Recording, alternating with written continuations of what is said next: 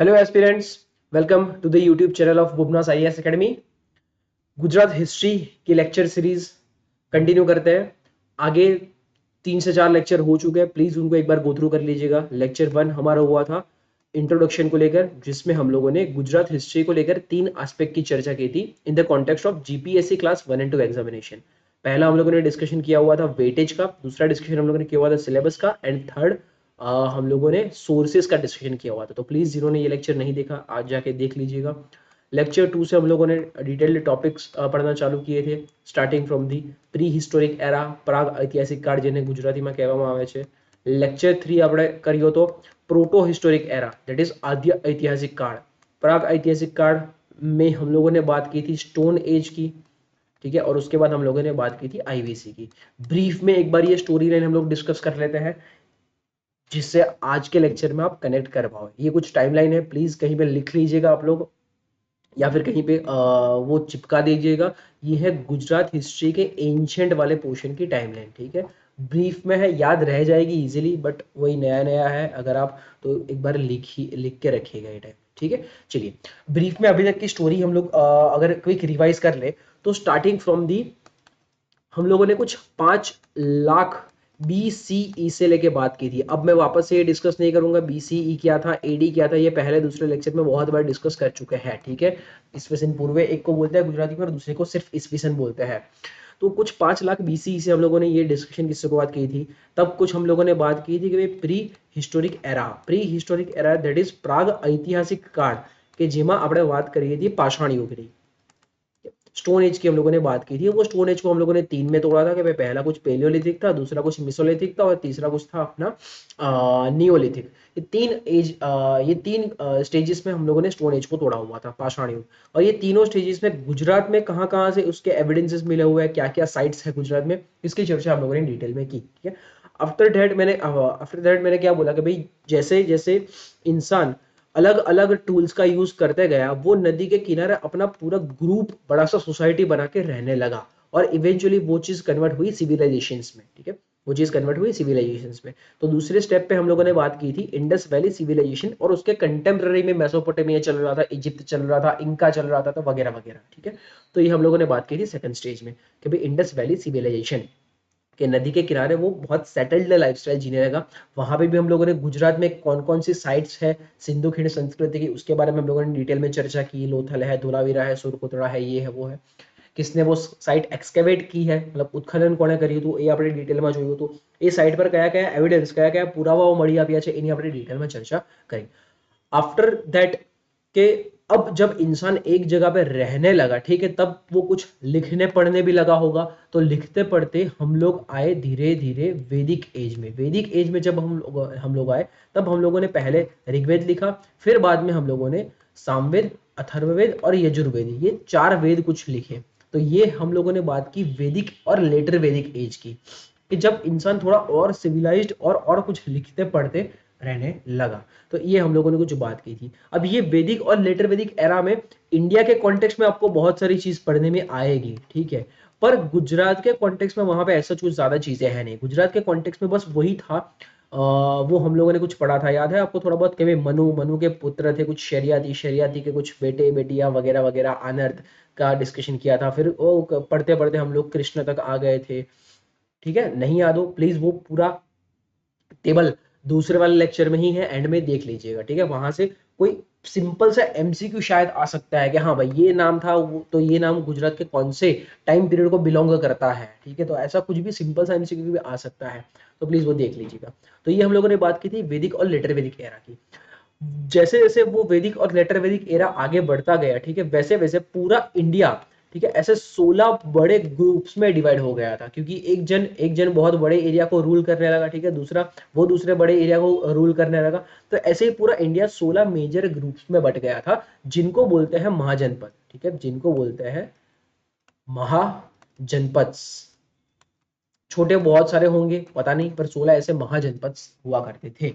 अब वो महाजनपद में इवेंचुअली मगध करके एक महाजनपद था, ठीक है, जो ओवर पावर कर गया बाकी सबको, ठीक है।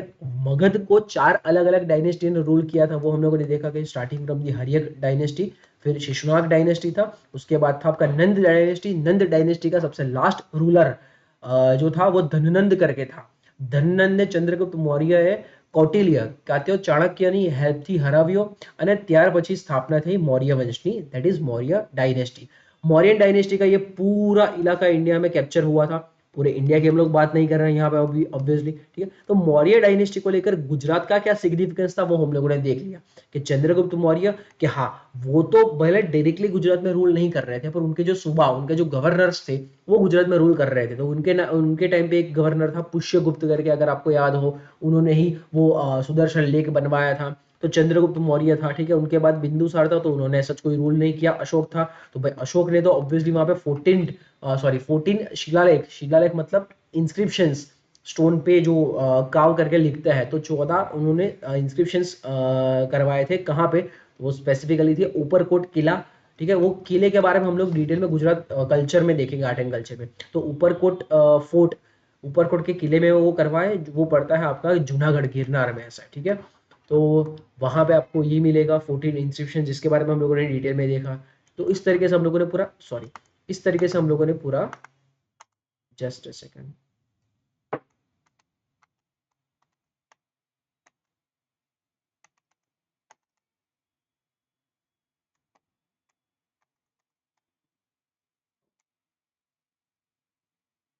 सॉरी। तो इस तरीके से हम लोगों ने पूरा मौर्यन डायनेस्टी वाला टाइम पीरियड देखा। मौर्यन डायनेस्टी के टाइम पीरियड में ही पैरेलली 326 बीसी के आसपास इंडिया में फॉरेन इन्वेजन अलेक्जेंडर के थ्रू स्टार्ट हो गया था। फॉरेन इन्वेजन दैट मींस के भाई भारत, इंडिया का जो टेरिटरी था उसके बाहर से लोग आके इंडिया को इन्वेड करने लगे, ठीक है, छोटे बड़े पैमाने पे। तो वो फॉरेन इन्वेडर्स को गुजरात के कॉन्टेक्स्ट में उतना लार्जर स्केल पे ऑब्वियसली नहीं पढ़ा जाता। जब आप एंशिएंट इंडियन हिस्ट्री पढ़ोगे तब उसको आप डिटेल में पढ़ते हो, पर गुजरात के कॉन्टेक्स्ट में हम लोग को ये सिर्फ 4 ही याद रखने हैं, ऐसा, ठीक है। गुजरात के कॉन्टेक्स्ट में, ગુજરાતના સંદર્ભમાં માત્ર આ 4 જ બહારી આક્રમણોને તમારે યાદ રાખવાના છે, જેમાં પહેલું તમારું હતું ઇન્ડો ગ્રીક, જેના વિશે આપણે લાસ્ટ લેક્ચરમાં જાણકારી મેળવી। ઇન્ડો ગ્રીક જેને ક્યાં તો બેક્ટ્રિયન કહેવાય છે, કારણ કે બેક્ટ્રિયા નામના રિજિયનમાંથી બિલોંગ કરતા હતા, ક્યાં તો એમને યવન કહેવાય છે। મોટે ભાગે જ્યારે ગુજરાત સ્પેસિફિક તમે કોઈ બુક વાંચશો ને ત્યારે તમને યવન નામ જાણવા મળશે। तो यवन कह लो, बैक्ट्रियंस कह लो, इंडो ग्रीक कह लो, બધા सेम જ છે। तो वो यवंस के बारे में हम लोगों ने पढ़ा, जिसमें पहले एक किंग थे डेमेट्रियस करके, जो गांधार रीजन कैप्चर किया था। बाद में मिनेंदर करके थे। तो एक लौते इंडो ग्रीक रूलर थे मिनेंडर, जिन्होंने गुजरात तक अपना रूल किया हुआ था, ऐसा, ठीक है। इसका प्रूफ हमको कैसे मिले? तो इसके प्रूफ हमको मिले कि उनके उनके टाइम पीरियड के बहुत सारे कॉइन्स हमको मिले हुए हैं। वो कॉइन्स को द्रह्म बोला जाता था। वो वैसे वाले कॉइन्स हमको भरूच से भी मिले हैं और सौराष्ट्र से भी मिले हुए हैं। सौराष्ट्र से जो कॉइन्स मिले वो स्पेसिफिकली राउंड सिल्वर कॉइन है, पूरे ऐसे सर्कुलर राउंड में सिल्वर कॉइन्स है। और वो कॉइन्स पे अपलदत्त करके भी नाम एक लिखा गया। वो अपलदत्त अलग से राजा थे या फिर मिनेंदर को ही बोला गया था, वो नहीं पता। मिनेंदर को गुजराती वाली बहुत सारी बुक में आपको मिलिंद करके भी नाम मिलेगा, और वो मिलिंद के नाम से ही वो मिलिंद पानो करके आपको एक किताब पढ़ने में आएगी जब आप एंशिएंट इंडियन हिस्ट्री पढ़ोगे। तो ये इंडो ग्रीक थे फॉरेन इन्वेडर्स में। दूसरे थे शक करके थे, शक बोल लो शाका बोल लो, डजेंट मैटर, ठीक है। तो शक थे, उन्होंने भी गुजरात में रूल किया था। शक का रूल काफी सिग्निफिकेंट रूल था। रुद्रदमन करके एक राजा थे जिनके बारे में हम लोगों ने लास्ट लेक्चर में पढ़ा। फिर था पार्थियंस, उन्हीं को पहलव बोलते हैं गुजराती में। और उसके बाद थे कुषण, ठीक है। कुषाण में ही एक किंग थे कनिष्क, एक लौते कुषाण किंग थे जिन्होंने गुजरात में रूल किया हुआ था, ऐसा, ठीक है। तो ऐसे अलग अलग फॉरेन इन्वेडर्स हम लोगों ने लास्ट लेक्चर में पढ़े थे, ठीक है। जिनको नहीं जानो प्लीज एक बार के लिए देख लीजिएगा। उसके बाद हम लोगों ने यही सारे फॉरेन इन्वेडर्स में से क्षत्रप करके जो थे वो सबको ओवर पावर कर गया। अब क्षत्रप इनमें से कोई अलग नहीं थे, इन्हीं सबके जो सूबा या फिर इन्हीं सबके जो गवर्नर्स थे ना, उन्हीं को इन जनरल क्षत्रप बोला गया है, ऐसा, ठीक है। कुछ कुछ नाम को लेकर हिस्ट्री में ऐसा है, मल्टीपल उसके इंटरप्रिटेशंस देखने मिलेंगे। वो कंफ्यूजन रहेगा ही रहेगा हमेशा कुछ कुछ चीजों को लेकर हिस्ट्री में, ऐसा, ठीक है। तो यहाँ पे क्षत्रप कोई अलग डायनेस्टी या फिर अलग क्लैन नहीं है, बस इन्हीं सबके सूबा या फिर इन्हीं सबके गवर्नर को इवेंचुअली क्षत्रप बोला गया है। और फिर बाद में हम लोगों ने गुजरात में उसको लेकर शक क्षत्रप डायनेस्टी हम लोगों ने पढ़ा, जिसमें रुद्र दमन, रुद्र सिंह, रुद्रसेन वगैरह वगैरह के बारे में हम लोगों ने डिटेल में देखा, ठीक है। यहाँ तक क्लियर हो? तो एक शक क्षत्रप डायनेस्टी गुजरात में यहाँ तक फैली हुई थी। मतलब काफी सिग्निफिकेंट एरिया कैप्चर करके फैली हुई थी। गुजरात की फर्स्ट इतनी बड़ी डायनेस्टी थी लार्जर स्केल पे ऐसा, ठीक है। हाँ, भले बड़ी डायनेस्टी थी पर थी बाहर की ही डायनेस्टी, मतलब बाहर के ही रूलर थे ऐसा, ठीक है। चलिए, तो यहाँ तक हम लोगों ने किया। अब इसके बाद ऑब्वियसली जब गुजरात में शक क्षत्रप एरा चल रहा था, ठीक है, गुजरात में जब शक क्षत्रप एरा चल रहा था, वो डायनेस्टी रूल कर रही थी, तब पैरेलली थोड़े टाइम पहले से ही इंडिया में गुप्ता एम्पायर चालू हो चुका था, ठीक है, गुप्ता एम्पायर चालू हो चुका था। बट गुजरात में गुप्ता एम्पायर का एंट्री थोड़ा लेट हुआ, ठीक है, तो बीच का थोड़ा टाइम गैप देखने को मिलता है। तो कहीं कहीं ऐसा है कि ये गैप किनके द्वारा फिल किया गया, तो ये गैप सर्व भट्टार्क करके एक रूलर थे, उनके द्वारा फिल किया गया। तो ब्रीफ में इनके बारे में जानेंगे आज के लेक्चर में।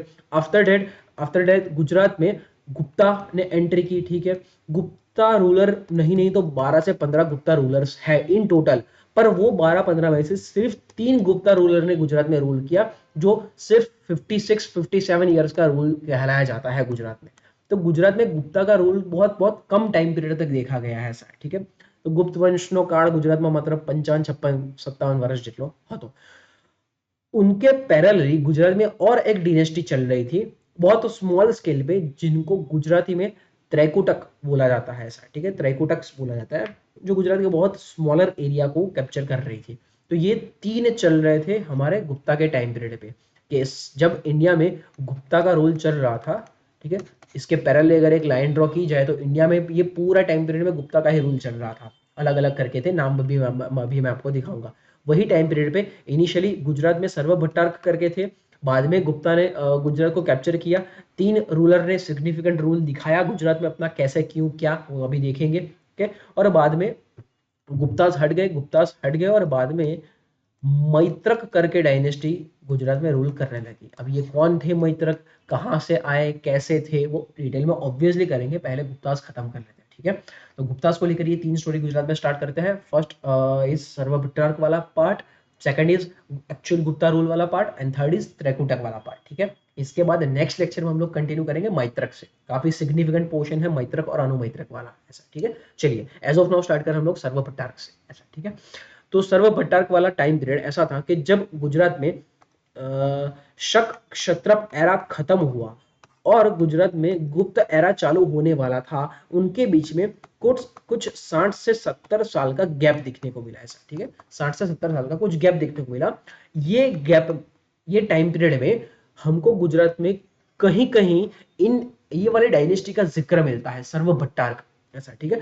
इवेंचुअली गुप्ता के बाद जब मैत्रक डायनेस्टी चालू होगी या फिर मैत्रक एरा चालू होगा, वो मैत्रक एरा चालू ही भट्टार्क ने किया था, ठीक है। तो प्रॉपर भट्टार्क का मेंशन तो अपने को मैत्रक एरा में ही मिलता है, बट हमको ये लोकल रूलर्स जो थे भट्टार्क ऑब्वियसली लोकल रूलर्स थे गुजरात के, ठीक है, कहीं बाहर से नहीं आए हुए थे। तो ये भट्टार्क ने थोड़ा बहुत टाइम तक भी गुजरात संभाला था, बीच में 60-70 साल तक, ठीक है। कब, शक क्षत्रप के बाद और गुप्तास के आने से पहले, ठीक है। तो इनको सर्व भट्टार्क बोला जाता है। अब सर्व भट्टार्क का मीनिंग क्या मेंशन किया हुआ है यहाँ पे, तो सर्व का मीनिंग इन्होंने मेंशन किया हुआ है कि भाई सर्व दैट मींस शिव, और भट्टार्क दैट मींस वो टाइटल दिया जाता था कोई भी स्वामी या फिर राजा या फिर महाराजा को ऐसा, ठीक है।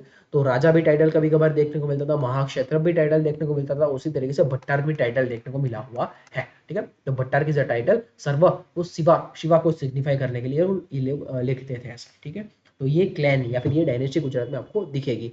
ये डायनेस्टी ऑब्वियसली शैविज्म को फॉलो कर रही है। तो इनके कॉइन्स पे, इनके टाइम पीरियड का जो कॉइन्स मिले हुआ है, उन पे त्रिशूल का सिंबल आपको देखा गया है, ठीक है। इस तरीके से कुछ त्रिशूल का सिंबल देखा गया है। मे भी ऐसा मान सकते हैं कि भाई शिवा को फॉलो कर रहे हैं, शिव को फॉलो कर रहे हैं, दैट्स व्हाई त्रिशूल का सिंबल हो सकता है। सिमिलर टाइप के कॉइन आपको बाद में भी मिलेंगे जब गुजरात में मैत्रक डायनेस्टी का रूल चल रहा होगा, क्योंकि मैंने बोला मैत्रक डायनेस्टी का फाउंडेशन ही भट्टार्क ने स्टार्ट किया हुआ था। तो ये कॉइन्स अब गुजरात में आपको 2 बार दिखेंगे, बीच में गुप्ता एरा उसमें नहीं दिखेंगे, उसमें मतलब नहीं दिखेंगे एज इन कि उसमें गुप्ता एरा वाले कॉइन्स दिखेंगे, और बाद में भी वापस आपको ये त्रिशूल सिंबल्स के कॉइन दिखेंगे ऐसा, ठीक है। चलिए, तो ये कुछ एकदम शॉर्ट टाइम पीरियड था गुजरात में 50 से 70 साल का सर्व भट्टार्क क्लैंस या फिर सर्व भट्टार्क डायनेस्टी का, ठीक है।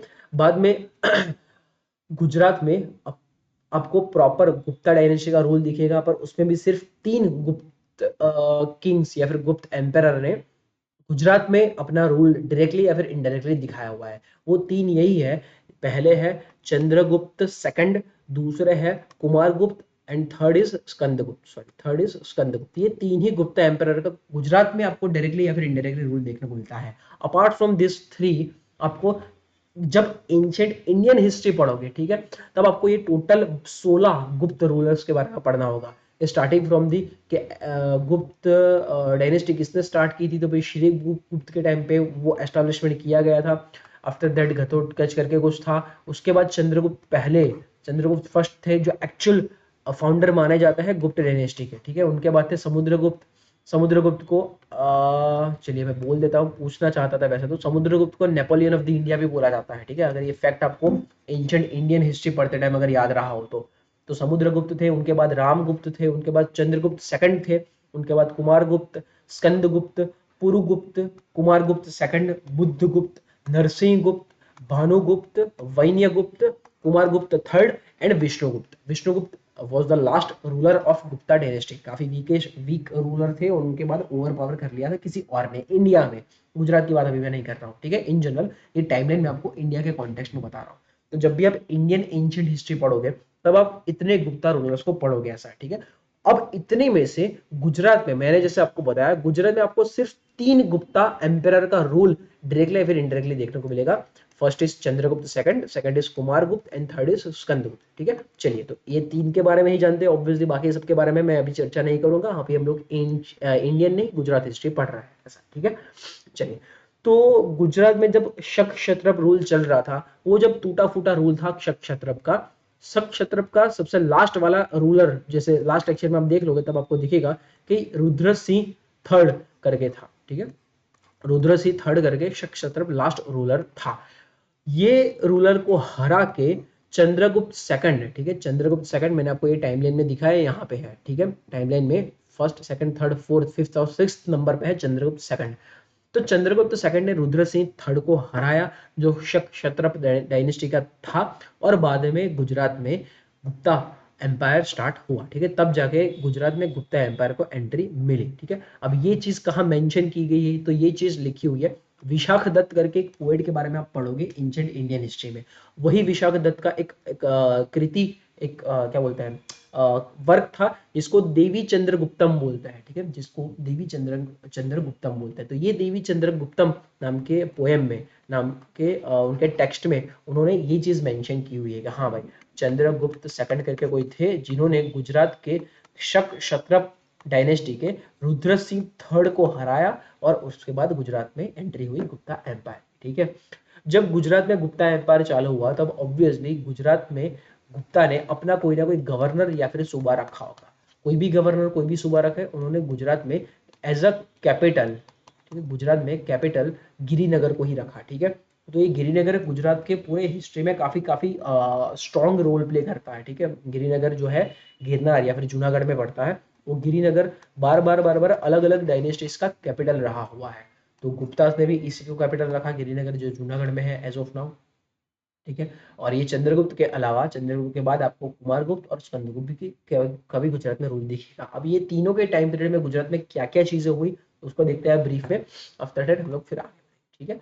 चलिए, तो बात करते हैं ये तीनों गुप्ता डायनेस्टी के रूलर्स की, starting from the Chandragupta second. Chandragupta बीजाना समयમાં ગુજરાતમાં કઈ કઈ વસ્તુઓ થઈ, તો કે ભાઈ ત્યારે ગુજરાતમાં વ્યાઘ્ર કોઇન્સ ઇશ્યુ થયા હતા, ठीक है। व्याघ्र दैट मीन्स कि भाई वो कॉइन्स पे टाइगर का सिंबल हुआ होगा, ठीक है। तो व्याघ्र कॉइन्स इश्यू हुए थे।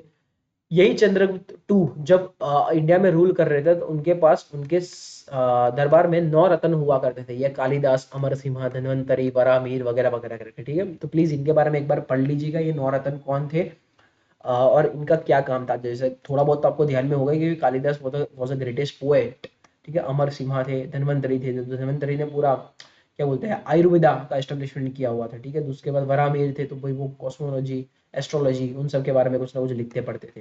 तो ये इनके बारे में थोड़ा देख लीजिएगा, गुजरात का पार्ट है नहीं तो यहाँ पे मैं इसको डिटेल में खींच नहीं रहा हूँ, ऐसा, ठीक है, जस्ट मेंशन करके छोड़ रहा हूँ। सिमिलर टाइम पीरियड पे जब चंद्रगुप्त टू का रूल चल रहा था इंडिया में, तब फा हेन करके एक ट्रैवलर था, फॉरेन ट्रैवलर, उन्होंने भी विजिट किया था इंडिया को। सेम इसके बारे में अभी मैं चर्चा कर नहीं रहा हूँ, it is a part of ancient Indian history. ऊपर एक आई बटन पॉपअप हुआ होगा, वो आई बटन पे क्लिक करोगे तो आपको कौशल सर के एंशिएंट इंडियन हिस्ट्री का पूरा लेक्चर सीरीज मिल जाएगा, ठीक है। प्लीज देख लीजिए, बहुत ही बढ़िया तरीके से फ्लो में एक्सप्लेनेशन करने ये सारी चीजें मेंशन की हुई है। ठीक है, चलिए। और ये चंद्रगुप्त टू जब इंडिया में रूल कर रहे थे तब उज्जैन उनका कैपिटल हुआ करता था, ऐसा। ठीक है, तब उज्जैन उनका कैपिटल हुआ करता था। तो ये चंद्रगुप्त टू जब इंडिया में रूल कर रहे थे तब इसको लेकर ये सारी कुछ चीजें थी। ठीक है, गुजरात में इनके टाइम पीरियड पे मतलब ऐसा कॉइन्स वगैरह मिले हुए हैं, पर ऐसा कुछ बड़ा कुछ काम काज हुआ नहीं है ऐसा। ठीक है ठीक। पर हाँ, उन्होंने गुजरात कैप्चर कर लिया। दूसरा, दूसरे थे चंद्रगुप्त टू के बाद कुमारगुप्त फर्स्ट। ठीक है, कुमारगुप्त फर्स्ट के बारे में अगर बात करें तो इनके जो सिल्वर कॉइन्स इश्यू हुए थे इनके टाइम पे, वो सिल्वर कॉइन्स हमको बहुत सारी जगहों से मिलते हैं। अहमदाबाद, भुज, भावनगर, वल्लभीपुर, मोरबी, जूनागढ़, खेड़ा, आणंद, ये बहुत सारी जगहों से हमको इनके टाइम के कॉइन्स मिलते हैं। तो भाई बराबर है कि भाई गुजरात में इनके टाइम पे काफी सिग्निफिकेंट स्प्रेडेड होगा गुप्ता डायनेस्टी का एम्पायर प्रॉपरली। इन्हीं को महेंद्र द्वितीय करके भी जाना जाता है। ठीक है, इन्हीं को, कुमारगुप्त फर्स्ट को ही महेंद्र द्वितीय करके भी जाना जाता है। ठीक है, इन्होंने और इंडिया हिस्ट्री के अगर बात करें तो नालंदा यूनिवर्सिटी एस्टेब्लिश की थी, जो अभी के बिहार में पड़ती है। ठीक है, अभी के बिहार में पड़ती है नालंदा यूनिवर्सिटी, तो ये ध्यान में रखिएगा। और ये जो इनके टाइम के जो ये सिल्वर कॉइन्स मिले थे, वहां से उन्होंने ये सिल्वर कॉइन से गरुड़, ईगल का सिंबल हटा के, eagle was the main symbol of Gupta dynasty, तो ये ईगल का सिंबल हटा के उन्होंने पीकॉक का सिंबल रख दिया था ये कॉइन्स पे। ठीक है, तो ये कॉइन्स पे कुछ पीकॉक का सिंबल रख दिया था। तो ये थोड़ा बहुत मतलब इतना अगर फैक्ट्स पूछा जाए तो ध्यान में रखना कि वन ऑफ द स्टेटमेंट अगर ऐसा आ गया एग्जाम में कि भाई कौन से गुप्ता रूलर थे गुजरात के जिन्होंने कॉइन्स पे से गरुड़ मतलब ईगल का सिंबल हटा के पीकॉक का सिंबल लाया। ठीक है, तो ये थे कुमारगुप्त। चंद्रगुप्त टू ने किसका सिंबल रखा था? तो भाई चंद्रगुप्त टू ने सिंबल रखा था, आगे ही हम लोगों ने देखा कि उन्होंने व्याघ्र कॉइन्स, ठीक है, तो भाई शेर का सिंबल रखा हुआ था। तो ये मे बी अगर इतना फैक्चुअल कॉइन्स तक चले गए, जा भी सकते हैं, मतलब उसमें कोई दो राय नहीं है, फैक्ट्स इतने पूछे गए हैं जीपीएससी में गुजरात हिस्ट्री को लेकर, तो ध्यान में रखिएगा। ठीक है, चलिए। तो कुमारगुप्त फर्स्ट के टाइम में गुजरात में उतना भले उतना सिग्निफिकेंट कामकाज नहीं हुआ, पर ये दो तीन चीज आपको दिखेगी कि इनके लोगों को कॉइन्स मिले और ये कॉइन्स पे पीकॉक का सिंबल मेंशन्ड था या फिर मार्क्ड था। तो ये चीज ध्यान में रखिएगा कुमारगुप्त फर्स्ट को लेकर। एंड आफ्टर दैट स्कंदगुप्त का आपको रूल मिलेगा गुजरात में, ऐसा। ठीक है, स्कंदगुप्त का इनडायरेक्ट रूल मिलेगा आपको गुजरात में। अब स्कंदगुप्त जब इंडिया में रूल कर रहे थे, ठीक है, गुप्ता डायनेस्टी को रूल कर रहे थे, तब गुजरात में उन्होंने अपना एक गवर्नर रखा, वही सूबा, जिसको गुजराती में बोलते हैं सूबो, પ્રાંતનો सूबो જેને ગુજરાતીમાં કહેવાય છે। તો એઝ અ सूबो એમણે રાખ્યો હતા पर्णदत्त કરીને એક માણસ હતા, એમને રાખ્યા। ठीक है, तो ये पर्णदत्त थे गुजरात में एज अ सूबा। पर्णदत्त का बेटा ऑब्वियसली उनको वो करेगा। ठीक है, आफ्टर दैट, आफ्टर उनके रूल करेगा वो। तो पर्णदत्त थे, पर्णदत्त का बेटा था चक्रपालित करके। ठीक है, अब इतना डिटेल में क्यों जा रहा हूँ, क्योंकि हाँ भाई इन्होंने कुछ किया हुआ था इसलिए गुजरात में। तो ध्यान में रखना किसकी बात कर रहे हैं, अभी हम लोग बात कर रहे हैं स्कंदगुप्त की। स्कंदगुप्त जब इंडिया में रूल कर रहे थे तब गुजरात में उनके सूबे थे, गुजरात में उनके गवर्नर थे पर्णदत्त। पर्णदत्त का बेटा था चक्रपालित करके। ठीक है, अब इन्होंने क्या काम किया? ठीक है, चक्रपालित को एज अ गिरनार के मेयर अपॉइंट किया गया था। ठीक है, गिरनार के मेयर अपॉइंट किया था। और पर्णदत्त कौन थे? पर्णदत्त पूरे सौराष्ट्र इन शॉर्ट पूरे गुजरात के सूबा हुआ करते थे, प्रांतना सूबा हटाए। तो इन्होंने एक दो काम किए हुए हैं, जैसे किसने? इन्होंने मतलब चक्रपालित की बात कर रहा हूँ, जो गिरनार के मेयर थे। चक्रपालित ने दो तीन काम किए हुए हैं। 456 एडी में उन्होंने सुदर्शन लेक को वापस से रिपेयर करवाया। ठीक है, सुदर्शन लेक को वापस से रिपेयर करवाया। उसके अलावा सुदर्शन लेक के पास उन्होंने चक्रधारी विष्णु का टेम्पल भी बनवाया। ठीक है, तो ये स्पेसिफिकली याद रखना, चक्रधारी विष्णु का टेम्पल बनाया था। किन्होंने? चक्रपालित नहीं, या तो चक्रपालित विष्णु टेम्पल बोलते हैं या फिर चक्रधारी विष्णु टेम्पल बोलते हैं, ऐसा। ठीक है, तो ये भी करवाया था उन्होंने। तो ये दो चीज ध्यान में रखना। इनके टाइम पे भी स्कंदगुप्त के टाइम पे भी हमको बहुत सारे कॉइन्स मिले हुए हैं गुजरात और पूरे इंडिया से। पर ये कॉइन्स में ऐसा था कि भाई कोई कोई कॉइन्स पे या तो नंदी का मार्क था, नंदी मतलब पोठियो જેને ગુજરાતીમાં કહેવાય છે, तो नंदी शिव का जो वाहन है वो कैरियर, तो नंदी का था। और कोई कोई पे वेदी, वेदी दैट मीन्स यज्ञ वेदी, वो यज्ञ का कुंड जो होता है ना उसको यज्ञ वेदी बोलते हैं। ठीक है, तो किसी किसी कॉइन्स पे ये वेदी का सिंबल भी मार्क्ड था, तो ये भी ध्यान में रखिएगा। क्योंकि स्कंदगुप्त ने इंडिया में जो एक फॉरेन इन्वेजन हुआ था, किसका? हुण डायनेस्टी का। हुण, कहीं कहीं आपको ऐसा मेंशन मिलेगा कि भाई हुण आए थे मंगोलिया से, और कहीं कहीं पे ऐसा मेंशन मिलेगा कि हुण आए थे ईरान और उसके पार से। अब ये जैसे मैंने बोला किसी किसी चीजों को लेकर भाई हिस्ट्री में डिबेट चलेगा ही चलेगा, अलग अलग सोर्सेस में आपको अलग अलग चीजें लिखी हुई मिलेगी, ठीक है, कोई दिक्कत नहीं है। तो ये जब हुण इन्वेजन हुआ था इंडिया पे, तो ये पूरा हुण इन्वेजन को इन्होंने इरेडिकेट किया था, इंडिया में उनको हराया था, तो इसलिए स्कंदगुप्त को भारतनो तारणहार भी बोलते हैं कि भाई भारत को बचाया था इन्होंने हुणा इन्वेजन से, ठीक है। चलिए, तो ये ध्यान में रखिएगा। और इनके टाइम पे गुजरात के गिरनार में और इंस्क्रिप्शंस लिखे गए थे, वो इंस्क्रिप्शंस ब्राह्मी स्क्रिप्ट में और संस्कृत लैंग्वेज में, ऑब्वियसली ऐसा, ठीक है। स्कंदगुप्त सॉरी इसके बाद पहले भी रुद्र दमन करके थे, जिनके इंस्क्रिप्शंस भी अपने को संस्कृत लैंग्वेज में ही मिलते हैं।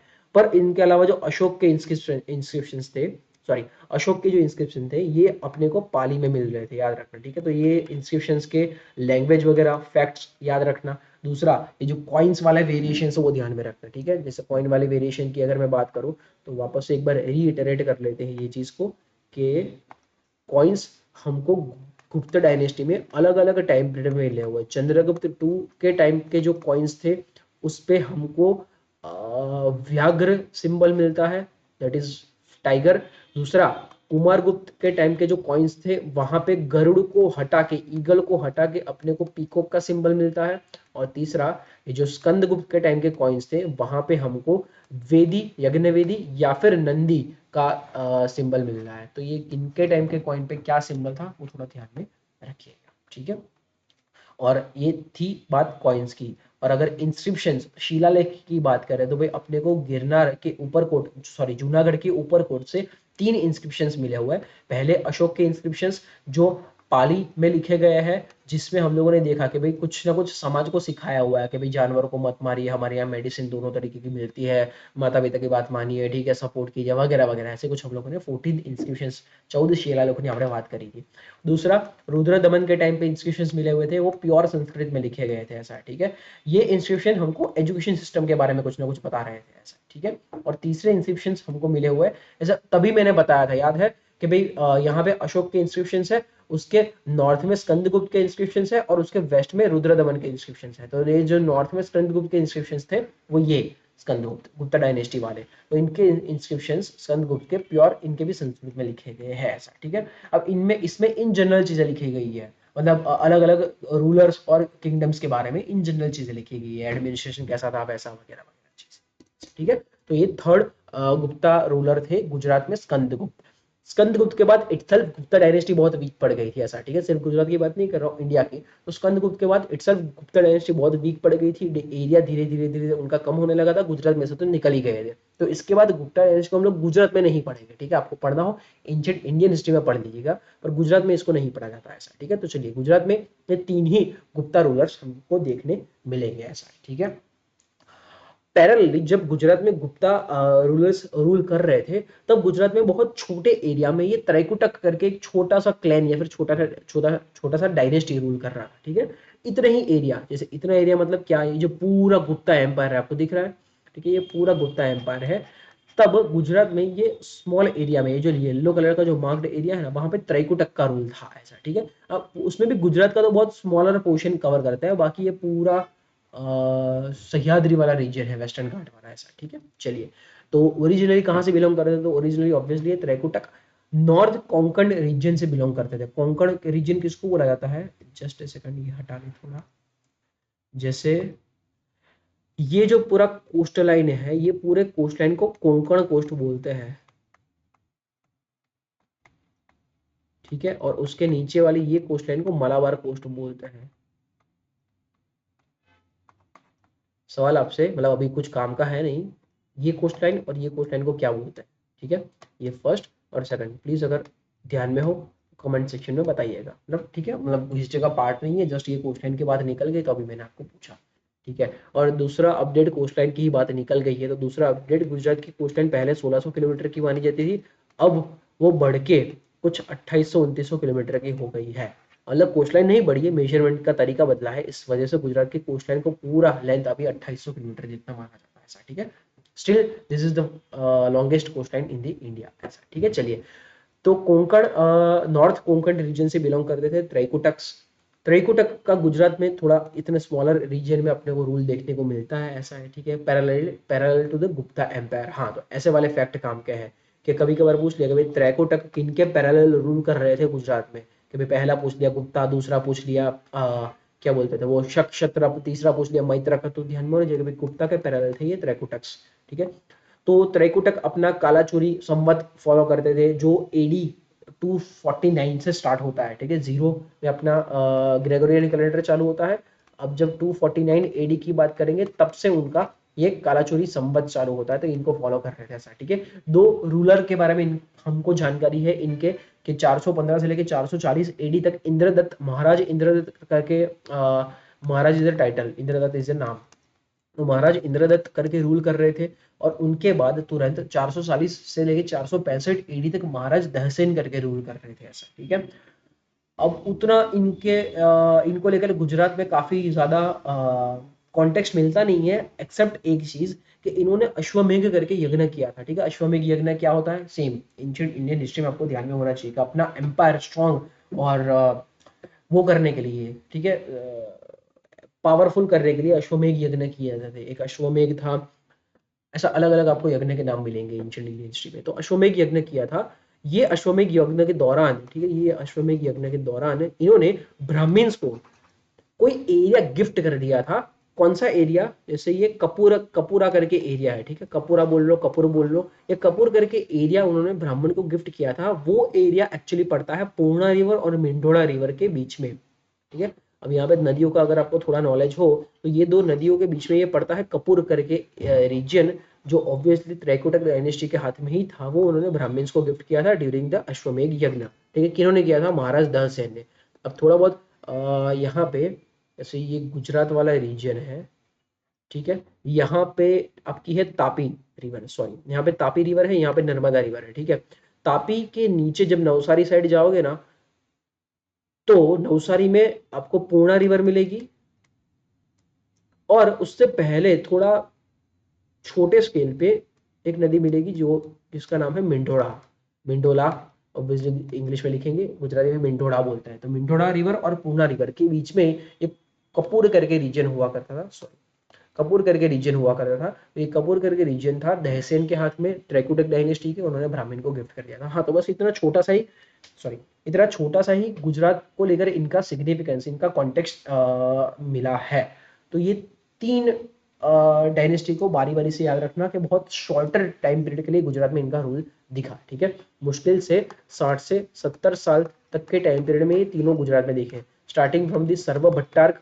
सर्व भट्टार्क कब आए, जब शक क्षत्रप रूल खत्म हुआ गुजरात में और गुप्ता रूल चालू होने वाला था, उनके बीच में 50-60 साल तक ये शक क्षत्रप आए, ठीक है।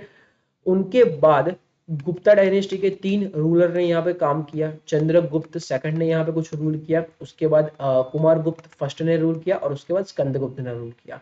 ये तीनों के टाइम पे गुजरात में क्या क्या हुआ था वो ध्यान में रखिएगा। स्पेसिफिकली कॉइन्स को लेकर चीजें ध्यान में रखिएगा, और दूसरा स्पेसिफिकली उनका सुदर्शन लेक को लेकर कामकाज, और तीसरा सॉरी इंस्क्रिप्शंस को लेकर कामकाज। तो ये 3 सिग्निफिकेंट कामकाज उनको उनके टाइम पीरियड में देखे जाते हैं गुजरात में ऐसा, ठीक है। और ये गुप्त के ही पैरेलली दूसरा एक डायनेस्टी फ्लरिश कर रहा था गुजरात में, त्रैकुटक्स, जो ओरिजिनली नॉर्थ कोंकण रीजन से बिलोंग कर रहे थे, और गुजरात में उनके 2 ही राजाओं का रोल दिखा, ठीक है। फर्स्ट कुछ महाराज महाराज इंद्रदत्त करके था, और दूसरे थे दहसेन। दहसेन के टाइम पे उन्होंने अश्वमेघ यज्ञ किया, और वो अश्वमेघ यज्ञ के दौरान उन्होंने मिंडोड़ा और पूर्णा, मिंडोड़ा यहाँ पे नॉर्थ में पड़ता है, ये मिंडोड़ा है, उसके ऊपर आपका तापी पड़ता है, उसके ऊपर आपका नर्मदा पड़ता है, ठीक है, उसके ऊपर मही, और उसके ऊपर साबरमती, ठीक है। तो ये मिंदोड़ा और पूर्णा रिवर के बीच में कपूर करके एरिया था, वो कपूर करके एरिया उन्होंने ब्राह्मण्स को दान कर दिया था अश्वमेघ यज्ञ के दौरान। तो एक छोटा सा टाइम पीरियड गुजरात में 101 साल का ध्यान में रखना, बहुत फटाफट खत्म हो गया 2-4 डायनेस्टीज में, सर्वभट्टक, गुप्तास और त्रैकुटास, ठीक है। जब गुप्ता वीक पढ़ने लगे इन जनरल इंडिया में, ठीक है, तब गुजरात में वो गुप्तास के डायनेस्टी को ओवर पावर कर दिया किन्होंने, मैत्रक डायनेस्टी। और मैत्रक का काफी सिग्निफिकेंट 300-400 साल का रूल आपको गुजरात में देखने को मिलेगा, काफी बड़ा टाइम पीरियड का रूल है। तो ये मैत्रक्स का 300-400 साल का रूल आपको प्रॉपरली गुजरात में देखने मिलेगा। ठीक है, तो नेक्स्ट लेक्चर में यहाँ से कंटिन्यू करेंगे कि गुजरात में गुप्त डायनेस्टी का एंड हुआ, गुप्त वीक पढ़ने लगे, तो वो गुप्त को ओवर पावर कर लिया किसने, मैत्रक ने। तो वो मैत्रक कहाँ से थे, कैसे थे, किस तरीके से गुजरात में आए, उनकी डायनेस्टी में कौन कौन से रूलर्स हो गए और उनका क्या सिग्निफिकेंस रहा गुजरात हिस्ट्री के कॉन्टेक्स्ट में, इसको हम लोग नेक्स्ट लेक्चर में डिटेल में देखेंगे। ठीक है, चलिए मिलते हैं नेक्स्ट लेक्चर में गुजरात हिस्ट्री के नेक्स्ट लेक्चर के साथ। Thank you so much, have a good day.